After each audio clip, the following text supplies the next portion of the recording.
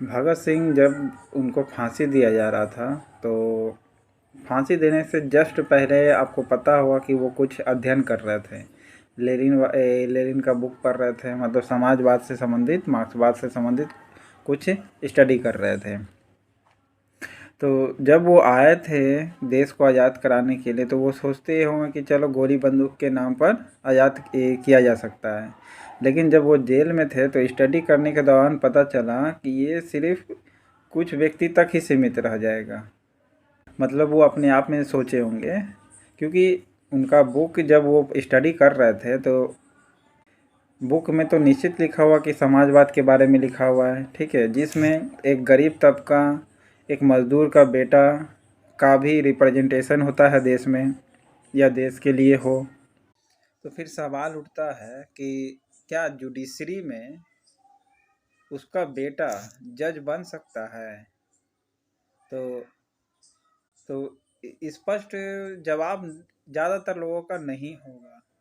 कारण है कि कॉलेजियम तय करती है कि कौन जज बनेगा।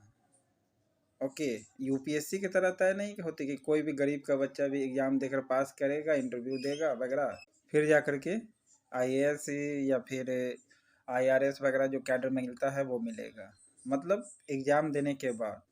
बट कॉलेजियम में ऐसा नहीं है। कॉलेजियम तय करेगी एक दो पर्सन का या कुछ पर्सन का जो जज बनेगा।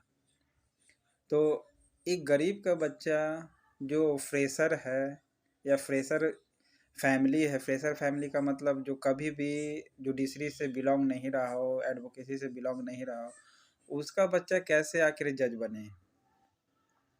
तो कॉलेजियम जो पद्धति है बिल्कुल सही है, वो रहे, लेकिन मेरा मानना है कि ये कॉलेजियम को इंटरव्यू पैनल में होना चाहिए, जिससे कि सरकारी हस्तक्षेप एक भी नहीं होगा। हाँ, अब जुडिशरी या लेजिस्लेचर को आपस में बात करना होगा कि क्या ऑल इंडिया जुडिशरी की तरह एग्ज़ाम करवाया जा सकता है, या फिर कॉलेजियम खुद ही व्यवस्था कर दे कि हम खुद ही लेंगे एग्ज़ाम। क्योंकि हाई कोर्ट हो, सुप्रीम कोर्ट का कोई भी कर्मचारी होता है एग्ज़ाम के जरिए जाता है। ओके, तो वैसे ही काहे नहीं कॉलेजियम भी एग्ज़ाम के जरिए जज को नियुक्त करे। हाँ, उसमें केवल केवल कॉलेजियम जज हो, या फिर एक्सपीरियंस वाला जो लंबे समय तक का जो खोजता है रिक्वायरमेंट, वो ही हो इंटरव्यू पैनल में।